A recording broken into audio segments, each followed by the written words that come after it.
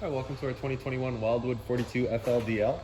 We're going to start right in the back here, just the front and center here. We got your cable and satellite inlet, so that port just pops on open. On the left you got cable, on the right you got satellite. Coax cable will just plug into there, fire up at your TV location. Simple as that. Back around the corner. In this corner, as well as in each corner of the trailer, you're going to find these stabilizer jacks here. So what they're going to do is they're just going to run down, contact the ground, give them another turn or so just to firm them up, and they'll just get rid of any sort of bounce or sway that you got in the unit right now. And another step forward, we've got your storage compartment here. So this is accessible from underneath your rear bedroom here. And if we look inside, you can see we got this little box here. So we've got your sewer hose stored in there. And if we open that up, we will show you your adapter real quick here. Other side.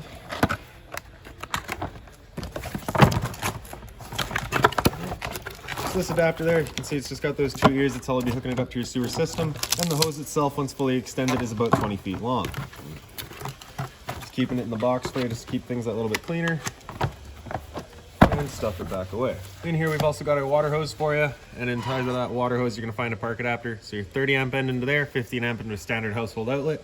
I'll go over your power in just a little bit here, a little bit more in depth. And then right here you've also got your little wind or your jack for running all of your stabilizers. So that just attaches into the end. One way's up, the other way's down. And we'll take a step forward, and here we've got the rest of your power system. So you're going to find a little metal tab down in the bottom left corner there. It's going to line up with this tab here. Just kind of press that on and give it a little 1/8 turn once it's in there, and that'll just lock it into place. And then you get the threaded collar in the back there, and as you tighten that down, that'll just really lock it down into place. Following that cord back, you're going to find a 50 amp end here. Some campsites will have that. You can plug straight on in, you're good to go. Not all will. So we do provide you with this adapter here. You can plug on into that, and the other end of that you're going to find a 30 amp end. Most campsites will have that, so you can plug in with that, no problem, good to go. This is where you'll be attaching that adapter to, so if you're looking to plug in at home to charge your batteries or run your fridge, you can do so. Once that's plugged in, you're going to find just those couple of lights there, so that's just confirming that we've got good clean power. If you got the 2 lights there that weren't blue, just letting you know there's an issue, you're going to want to get the campground power checked out. Down below that, you're going to find this outlet right here. So this one here is specifically for your washer and dryer location. We don't have a washer and dryer installed. That is an option you can choose to go with afterwards. But as you pull that cap off, you're going to find the exact same ears that your sewer hose had. So it'll be attached in the same way. Just kind of press it in, turn it until those knobs all kind of click into place. And that's that. Beside it, you're going to see this little white valve here. So that's just your freshwater tank drain. Pull that slider off to the side, it drains out your freshwater tank. Ahead of that, we're going to find your sewer system. So same cap, again, just pulls right off. There you have it. On the left, you get a gray valve. On the right, you get a black. So that black valve is controlling your black tank. Black tank is filled from your toilet, so that's going to be your dirtiest water. So when you're dumping your tanks, you're going to want to do that black tank first. Once that's done, then we can move over to the gray, open that up, and allow the gray tank to drain itself out. Gray tank is filled from your sinks as well as your showers. So typically cleaner water just help keep that hose as fresh as possible. Up from there, we're going to find a black tank flush. So over time, you may notice you've dumped your black tank. You know for a fact it is empty, but your monitor panel is still reading 1/3 or 2/3, whatever it may be. Typically, that's some debris inside of that tank just hanging between the probes, causing that misread. So what you can do is just grab your water hose, plug it into here, open up that black valve, turn on the water. That'll just flush out that tank, getting rid of any sort of debris that could be causing that issue. Up from there, we've got your exterior shower. So you get a key just like this guy here. You're going to stick it on into there, open her up, and hot and cold water, 3-foot hose with the standard head. So if the dog's out getting muddy, you can spray him out before it goes inside. Could I please have service at the service counter, please? Closing that back up, the same key is just going to lock it down. This compartment here houses your hot water tank. So as you open that up, you can see all of your controls for your hot water tank here. Your 2 bypasses there, so when it comes time to winterize or summerize, those 2 valves right there will just go from where they are to the opposite, obviously. So right now you can see we're currently set up to winterize mode. We've got the bypass open up, so we're not filling up that hot water tank. Control for turning on that hot water tank is just inside the unit. It's just one switch. Before you ever turn it on though, you just want to hit this relief valve right there. And as you open that up, if the tank were full, you get a little bit of water coming out of the bottom of that spit tube there. And that water will just drain out through this hole here. You're not going to be flooding out the trailers, no worries there. And if you do get that water out, it's just letting you know you are safe to fire it up. You do have it full. And if you don't get any water out, it's just letting you know you might not be full. So at that point, you just want to make sure your water's turned on. These valves are turned on. Make sure that guy's full before you fire it up. Closing that back down. Then right ahead of that, we're going to find your freshwater connection. So just this cap there pops out of there. You take your water hose, stick it into there, turn on the water. That'll fill up your freshwater tank. Right down below that is your city water connection. So the same water hose you plug into there, turn on the water, it'll pressurize the water lines throughout the unit. Right here's the exhaust for your furnace. So if you're ever running your furnace, you just want to make sure nothing's blocking that off. It does get hot. And then lastly down here, we've just got your 2 low point drains. They're kind of tucked up by the trailer here, kind of upwards a little bit. You get a hot and a cold line there. You just got the valves. As you open those up, they'll just drain out the freshwater lines. Another step forward, and we've got your galley. So as again, just the same cap, right? Pushes onto there. And this sewer system is specifically for your kitchen sinks. That's maybe your cleanest water, just depending on how you use your trailer. As we make our way towards the front and around the corner, down here, right up on the frame, you're gonna find your battery disconnect switch. So you can see we've got that turned on right now. If we were to turn that out and pull this knob right out of there, that's your battery disconnected from the system. So if you're looking to store the unit, or if you're gonna be leaving for a while, you just wanna make sure that's turned off. You do also get the little dust cap there, so if you ever have that out of there, you can cover it up. Your battery itself is housed inside of this box here. As long as you're plugged in through that short cord in the back, or your 7-pin into your tow vehicle, that battery is charging for you. These 2 knobs there, if we just push those back, we can open it up and we get access to your propane tanks here. So for the video, I'll just pull it off. So if you look right back here, you got your changeover. You can see it's currently green, just letting you know we've got propane in the system. If it were to go red, it's just letting you know that whatever tank you're drawing off of is currently empty. So you can see that this arrow right here is pointing over to this tank, so we're running off of this tank right now. If it were to go red while you've got that open, again, it's just letting you know it's empty. At that point, you just flip over to the other side, close off this tank while you get it filled, and run off of the other one. Up front, we've got a standard tongue jack. One way's up, the other way's down. And around the other side here, we've just got the blank wall. Your patio entrance here is locked from inside, and I do not have a key for that. Your step here, though, is different from the back, so I'll just go over it real quick. You're just going to grab this handle, pull straight out, flip that last step over. Simple as that. Right back here, we've got a Gfi Protected Outlet here, so if you're looking to have TV outside, you do have the power to do so. You've got your cable and satellite outlet right above it as well. And your 2 exterior speakers out here too. And then we've been through the back of the unit, so we'll make our way inside now. So you just get a little T-latch here, so you get that little groove right there, with the little T over here, so that would just slide into there, holds the door open for you. This step, you're just pulling it straight out. Flipping this step over, and we can make our way in. So inside here, up on the wall, we've got your light switch there. Turns on the bedroom light. I'll come back through the bedroom once we get the unit fully opened up. So open up the door here, and we can come into the hallway, make our way down. And so right in from your patio door, which would be your main entrance, you're gonna find this little panel here. Straight up from there, we've got a little light so we can see what you're doing. And then your slide out switch, we're just gonna press and hold out, and the slides will all make their way out. All 3 slides are on a hydraulic system, so they just kind of all go together. They're gonna go with whichever ones has the least resistance first. We are a little tight for space in here today, so I don't think I'll be able to open up our living room and dinette slide out here, but we should be able to get everything else pretty well open.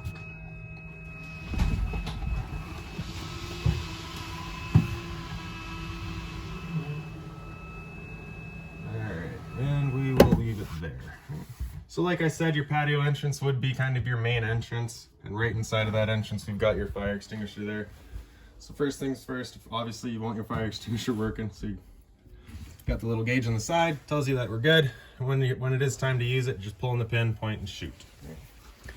So we've got your slide out open. This bottom one in the middle there is your ceiling light. Does all of your lights throughout the living room here, as well as the hallway. Outside speaker, turn that switch on, turns on a little blue accent light inside of those outside speakers. This light up top here is your awning light, so once we open up your awning, we'll be able to show you that. And then on the far left here, you've got your water pump, so as you turn that on, just turns on your water pump, drawing out of your freshwater tank to pressurize your lines. Up from there, we've got the monitor system, so on the far left, we've got your battery, so you can see because we're plugged in right now, we're currently full. As it goes down, you go to a third, 2/3 and full. Your fresh tank, as you fill that up, it'll go to a third, 2/3 and full. And black tank 1 is the one that is the sensor that is actually hooked up. Black 2 is just blank. Gray is gonna be your bathroom sink and your shower, and Galley will be your kitchen sink. Right? Up from there, you've got your thermostat. So press that bottom bar, kind of just wakes it up. It'll start from off, and that'll go into fan low. That'll turn on the front air conditioner here. I'll adjust the fan. It's not gonna give you air conditioning. It's just gonna move some air on the low fan. So you can hear that going now. After low fan, if we hit that bar again, it'll come into fan high. So again, just moving air with the high fan. After high fan, if we hit the bar again, it'll come down into cool high. So at this point, the compressor will cut in and out as needed, but it's gonna leave the high fan on all the time. Same idea with your cool low. So your low fan will be on all the time, compressor in and out as needed. And once we get into cool auto, right, that's the point where it becomes on demand. Your compressor and your fan will cut in and out as needed, but only ever using the low fan. And then high fan would then of course be the same on-demand system, using now the high fan as well. With your air conditioner going, you basically got two different options. You probably want a stool, but you got a little louver on either side there with a little slider. You can see we've currently got them both closed. That's got the air being forced through all of our ceiling ducting. If we were to open up those louvers there, it would just dump all of its air into the living room here. So when you first get out to your campsite, you want those opened up, cool off this area as quickly as possible, and then you can close them off to start moving the air throughout. Alright. So after cool, if we hit that bar again, it'll come down into heat. It'll turn off the air conditioner and turn on our furnace. Temp selection is just going to be with your arrows there. And once that furnace turns on, it'll be moving its air through all of the floor registers. Kind of have them just throughout the unit. Give another one up front there. Now, the first couple of times you run that furnace, you may get a little bit of a smell throughout the unit. It's perfectly normal. It's just a new furnace smell.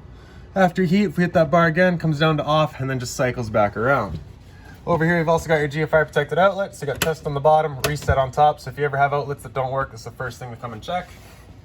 Up top is a little bit of storage here. And in here, you're also gonna find a little binder. So that binder has all of your owner's manuals, any remotes, anything like that for the unit, you're gonna find right in there. And then also just up on this little cabinet door there, you're gonna find that little decal. So if you're to scan that barcode, it'll bring you to Forest River's website and bring you any sort of information that they have on the unit.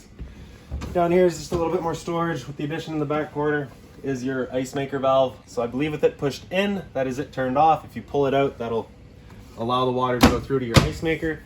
Do keep in mind your ice maker does need to be dry for winterization purposes. So right now it is dry, and you'll just need to, run some water through it. Make sure you got clean water before you go trying to make ice. The travel latch here is just a Velcro. We'll undo that, pull it on out of there. Open up the fridge. So you can see you got all your controls across the top there. Water filter is just in the back corner. We'll open up the freezer down low. And so that would be your ice compartment and all of your storage space with it as well. Closing it up, so you can see you got two different lengths of Velcros here. The short one's gonna come up top.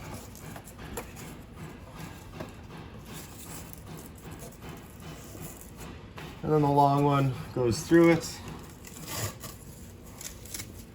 down through that bottom handle, and then just back up through to itself.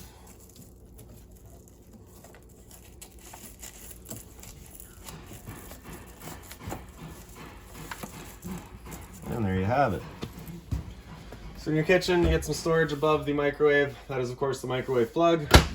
Microwave itself is pretty straightforward, just with the addition of your light in the bottom there, as well as your fan. So, of course, propane stove here is putting off fumes whenever you're using it, so you just want to make sure that fan is turned on, evacuating said fumes. For firing up your stove, you're just going to press the knob in, turn it to that little blue flame, hit it with the igniter, and once you have it going, you just want to hold for another couple of seconds, then you can release, and the flame will hold itself. Same thing in the middle here, but you can see if you release right away, the flame does not stay. So you just got to hold that for a couple of seconds, and then it'll stay. And then it'll stay. Just like that. Okay? Same thing on the side here. And there we go. Once we're done, turn them all off. Turn off this light as well. Down below that is your stove. So as you open that up, you get the one valve over on the left here. So you're just going to press it in, turn it over to that little igniter, and you can hear the clicking. And if you just look in the back there, you should see a pilot light. Yep, oops, sorry. Once you get that pilot light going, you can just turn over to your desired temperature, and she fires right up. Once we're done, turn it back down to just pilot. It'll hold just the pilot light for you. However, if you're going traveling or leaving the trailer for a while, you just want to make sure that guy's right off. On the right side here is just a little timer. So as you turn that, with it turned on, you can see you can set your time there. To turn it off, just set it to 0 and it'll turn itself off. Up top here, you get a little light. It's just on its own center push button. A bit more storage beside it as well. drawer space down below.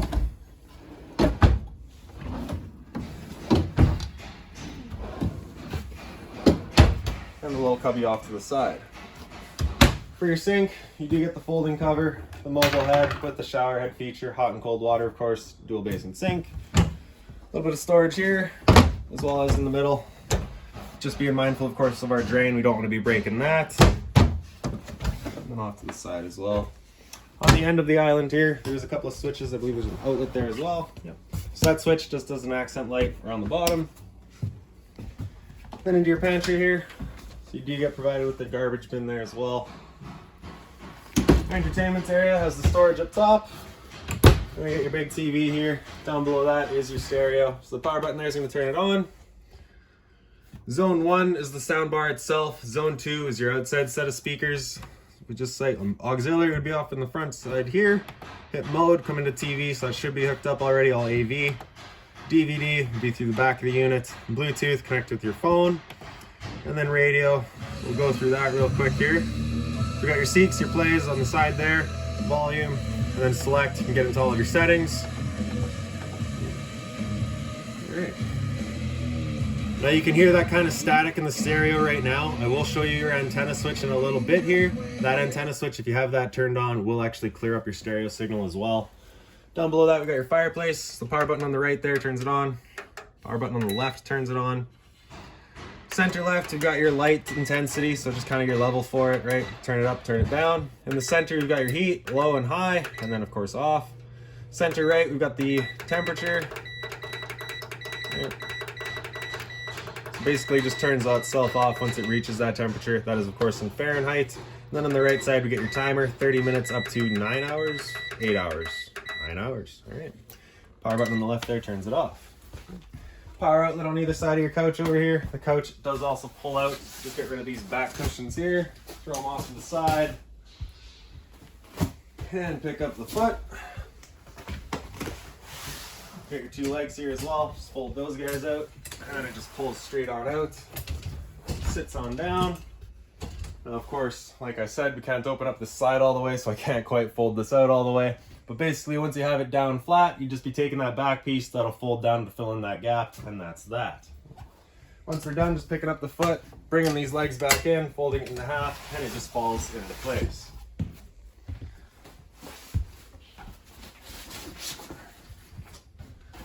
Knee cushions are all just on Velcros. So once you have them there, they should stay. And the blinds throughout the unit pretty well just sit where you leave them. So just grab it, pull it down, sits right there. When you're ready to come it back up, just pop it. She goes back up herself. And then into your kind of living area here, got your recliner here. So you're just gonna pull that tab, kicks out the foot. Does recline back as well. You get your couple of cup holders there, as well as a little bit of storage space. Same thing over here. Up on the wall, you got your two light switches. The one on the left there does your left light. The one on the right does your dinette light. And then your dinette area here, so you of course got all the straps for your chairs, so whenever you're traveling you can tie them down. These red handles here signify that these are emergency exits, so you're just pulling that towards yourself so that it's sticking straight out. Open up the window and hop on out. To close these guys, make sure, well, not slam them, but be firm with them. And then when you lock that back up, it should slide into place easily. See it quite commonly where it'll be just over that little bit and you can still lock it, but if you can see it, you've actually just pushed the frame out and you've just kind of prevented your seals from working properly. So again, just be firm with it, give it that close, and that'll lock it into place properly. So now we'll make our way down the hallway, and in here we'll find a couple of light switches. So this one on the left here does your pendant light above the island. The one on the right does accent lights above your slides. This switch down below it does your ceiling fan. So as you turn that on, you can see that ceiling fan gets going. On the ceiling fan, you have that one chain there on the left side. You pull that and that's kind of your speed selection. On the right side of it, you'll have a little switch as well. It'll be labeled up and down. That's just direction for the fan. Now into the bathroom here. So inside on the right, you've got your light switch. Hot and cold water at the sink, of course. Get your Gfi Protected Outlet. Towel rack up on the wall there. A little bit of storage down here as well. So right here you can see you've got a toilet paper dispenser. We just don't install that simply because location is entirely personal preference. The shower, you do get the deluxe head, stainless hose, hot and cold water of course. Travel latch is just in the back here, so as we flip that up, you can just kind of see it there. And we can slide our door. And you get the same latch over here. So if you wanted to open it up all the way over to this side, lock it down just like that. Open up this cabinet, you're gonna find a red switch back there. So that is for your hot water tank. Just turn that on, turns on your hot water tank. Down below that's just some storage. And down below that is the return air for your furnace. So you just wanna make sure that's not blocked off whenever you're using it. Up on the wall here, you're gonna find a fan switch. So we turn that on, we can press and hold open, and that roof vent will open itself up. You can see it if you kind of look through these grills here. Once it's open all the way, it just kind of stops. If you have that fan turned off, you cannot open or close that vent, so you just gotta make sure that's turned on whenever you're looking to open or close it. And again, once it's shut, it'll just kind of stop. There we go. And we can turn that off. Toilet here, so you just got your flusher over on the right side there. It is a porcelain toilet, so you kind of want to prevent it from freezing. And down the hallway, we've got your awning switch here. So as press and hold extend, we'll see that awning make its way out.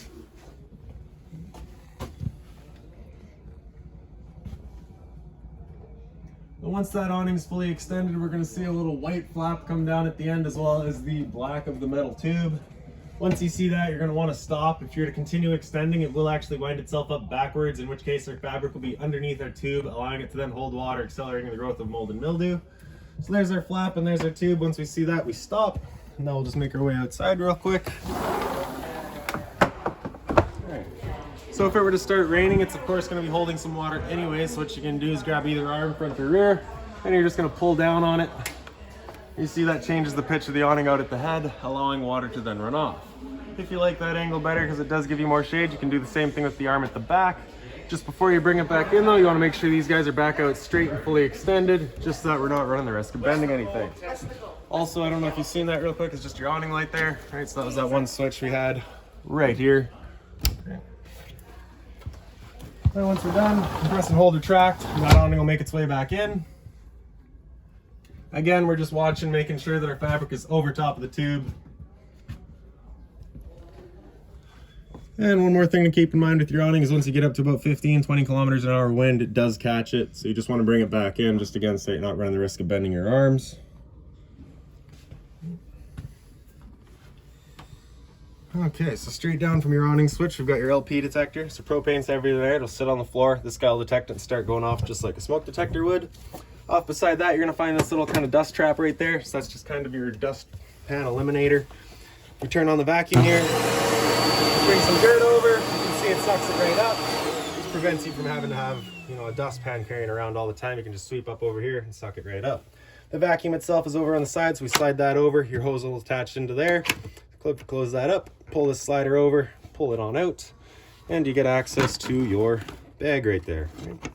Once we're done, just tuck it back in, and that's that. Light switch up on the wall does your staircase. We'll make our way up. So right upstairs, we just got your light switch on either side there, one for each side, of course. As we get up here around the corner, you do have a TV back right here, as well as a cable and satellite outlet and a power outlet for it. You also get your privacy curtain up here, a little bit of storage over there as well. You do have a USB and power outlet inside of that cubby as well. And we'll make our way to the back. And over here, we're gonna find an emergency exit. So you just have a little red tab right there. You're just gonna pull that to get rid of the screen.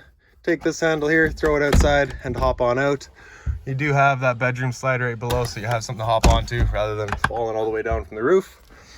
Over on the other side, we get a little bit of storage here. Okay. And then we also have another TV backer, cable and satellite outlet, power outlet, and the unit is pre-wired for Wi-Fi. USB and power outlet there, same thing on the other side. Now we'll make our way to, actually, while we're up here. So I'd explained downstairs about having the two louvers. They are just simple slides, right? Simple as that. So this is of course your rear air conditioner, controlled by the thermostat down in the bedroom that we will show you in just a second here.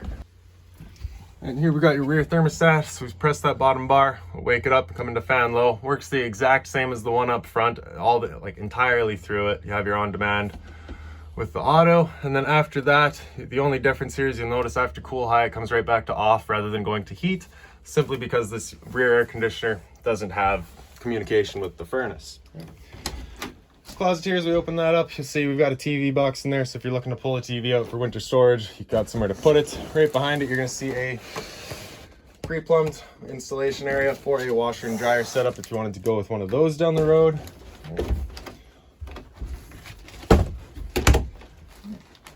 Got your closet space back here as well. And then this drawer, as we pull that out, in the back corner, you can't quite see it, but this drawer does come right out, and you've got access to your water pump back there. So if you're looking to winterize or summerize the unit yourself, once it comes time, it's right back there. Again, there's some more storage below it. And then in the bed, either side just has its own reading light. This side guy is just mobile. Turn it wherever you like it. USB and power outlet, storage across the top. Also in the center here, you get the one little push button light. The exact same light on the other side that we have over here. And then, like I said, outside, if we pick up the foot of your bed, you do get access to that storage compartment. And inside of here is where you're going to find your vacuum hoses and all of that. Up on the wall here, so this is our antenna switch. This is what I'd said your radio signal will help clear up if you have that on. So just press that button and that green light comes on, letting you know your antenna's turned on. Antenna outlet in the center. Above that is your cable and satellite, and then of course power outlet below it. Get all of your drawer space here, as well as your converter. So as you press it top and center, pops on open, get all of your breakers across the middle there. Whenever a breaker breaks, it's going to sit in the middle, so just turn it off and then back on. And then on the right side, we get all of your fuses. If a fuse were to ever pop, you'll get a little red LED right beside it, letting you know exactly which one went. Close that up, just kind of press it in, it clicks, and that's that. Then for your rear emergency exit, you get the two red handles here. You're going to pull those towards yourself, push the window out, and hop on out.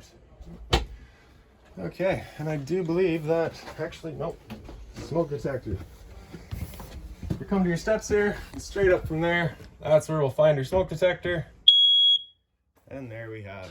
So if you've got any other questions on the unit, please feel free to give us a call, 204-237-7272.